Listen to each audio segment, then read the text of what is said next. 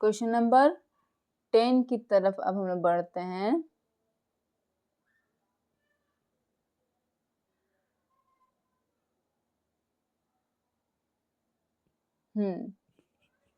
चलिए question number 10 क्या कर रहे समझिए पहले। लिखा क्या है, Shubhalakshmi took a loan of rupees 18,000 from Surya Finance to purchase a TV set। ठीक है, तो यहाँ पे क्या किया, यहाँ पर वो क्या क्या 18,000 रुपया लोन लिया है, ठीक है, टीवी सेट का। If this company charges compound interest eight 12% per annum during the first year, इतना percent, and during the second year how much will she have to pay after 2 years। ठीक है, तो यहाँ पर वही क्वांटिटी बताएं, ये किसकी तरह है, ये क्वेश्चन नंबर 7 की तरह है, बिल्कुल वैसे ही बनेगा। यहाँ पर अलग 2 ईयर के लिए लिया है, 2 ईयर के लिए यहाँ पर, तो अलग अलग ईयर के लिए अलग अलग रेट है ना, ध्यान दे रहे हैं। चलिए अब बनाते हैं इसको, क्वेश्चन नंबर 10।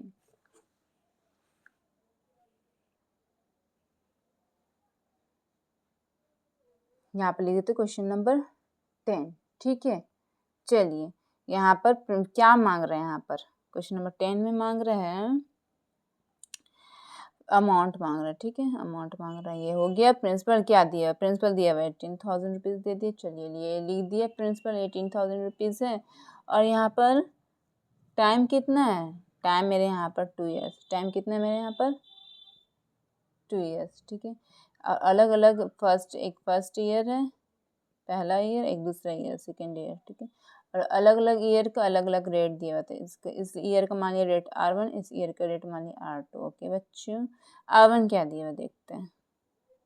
R1 दिया हुआ है 12%, R2 क्या दिया हुआ है, R2 दिया हुआ है 12 1/2%, है ना, 12 होल नंबर 1/2%। इसको ये क्या है, ये मीन्स फ्रैक्शन, इसको इम्प्रॉपर फ्रैक्शन कर देता है। 2 12 कितना 24 + 1 25, 25/2%, यही है।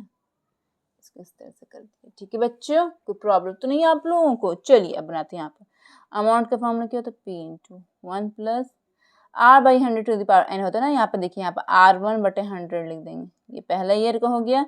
अब दूसरा ईयर के लिए 1 + R2/100 कर देंगे। समझ रहे हैं, ये अलग अलग ईयर का अलग अलग रेट है ना, तो इसलिए इस तरह से हम लोग अलग अलग, फर्स्ट ईयर का ये हो गया, सेकेंड ईयर का ये हो गया। ठीक है, अब वैल्यू अकॉर्डिंगली पुट करते हैं यहाँ पर। चलिए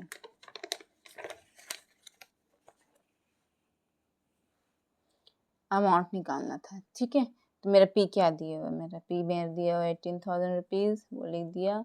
1 + R1 मेरा क्या था, R1 मेरा 12 था ना, 12/100 लिख दिया। समझ में आ रहा बच्चों, नहीं समझ में आ रहा तो ज़रूर कमेंट करना। ठीक है, 1 + R2 मेरा क्या था, R2 में था 25/2%, है ना, यही था ना, 25/2% बाई 100, ये मेरा R2 हो गया। ठीक है, इज इक्वल टू 18,000 कर दिया। ऊपर नीचे कट रहा है, 4 से 12 कट रहा है ना, ये 25 से कट रहा है, तो 1 + 3/25 कर दिया मल्टीप्लाई। यहाँ पर देखिए बच्चे, यहाँ पर 1 है ना, 1 लिख दिया, प्लस से प्लस लिख दिया। अब यहाँ पर देखिए, न्यूमरेटर में जो फ्रैक्शन होगा ना, वो एज यूजुअल लिखा जाएगा। ऐसे 25 लिखा गया ना, इसका डिनोमिनेटर में 2 है, तो 2 यहाँ पर आ जाएगा, मतलब कि डिनोमिनेटर में आ जाएगा। ऐसे एज यूजुअल लिखा गया ना, और 100 तो डिनोमिनेटर में था ही, हो गया।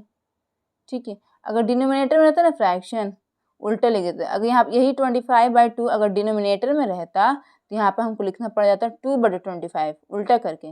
लेकिन न्यूमरेटर में फ्रैक्शन रहता है ना, तो इसको ऐसे सीधे के सीधा ही लिख देंगे उसको। ठीक है, यहाँ पर कॉन्सेप्ट समझिए। अब आगे क्या करें, एक दोनों कटा तो काट दीजिए, कट गया ना ये। चलिए आगे बढ़ते हैं।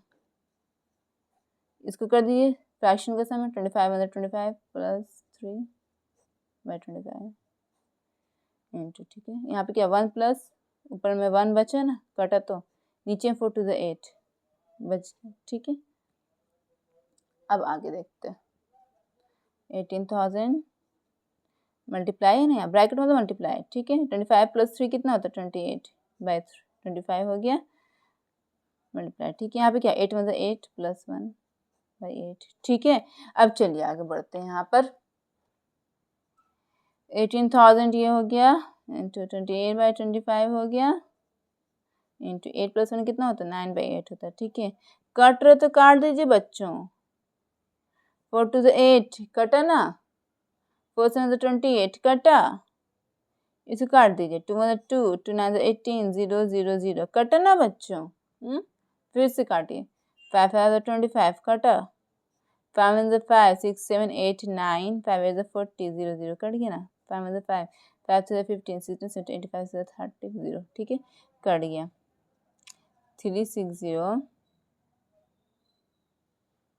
इंटू 7 इंटू 9 यही बचा ना, यही बचा। चलिए अब यहाँ पे 36 0 लिखा हुआ है, इंटू 7 अंदर कितना होता है, जल्दी जल्दी किसको किसको 7 का टेबल याद है, 63 हो गया ना। हाँ अब चलिए इसको मल्टीप्लाई करते, 36 और 63 को करेंगे, 0 को मत कीजिएगा, बेवकूफ़ी मत कीजिएगा, 0 से करेंगे, 36 और 63 करेंगे डायरेक्ट, 0 का भी यहाँ पर अभी पेंडिंग रखिए।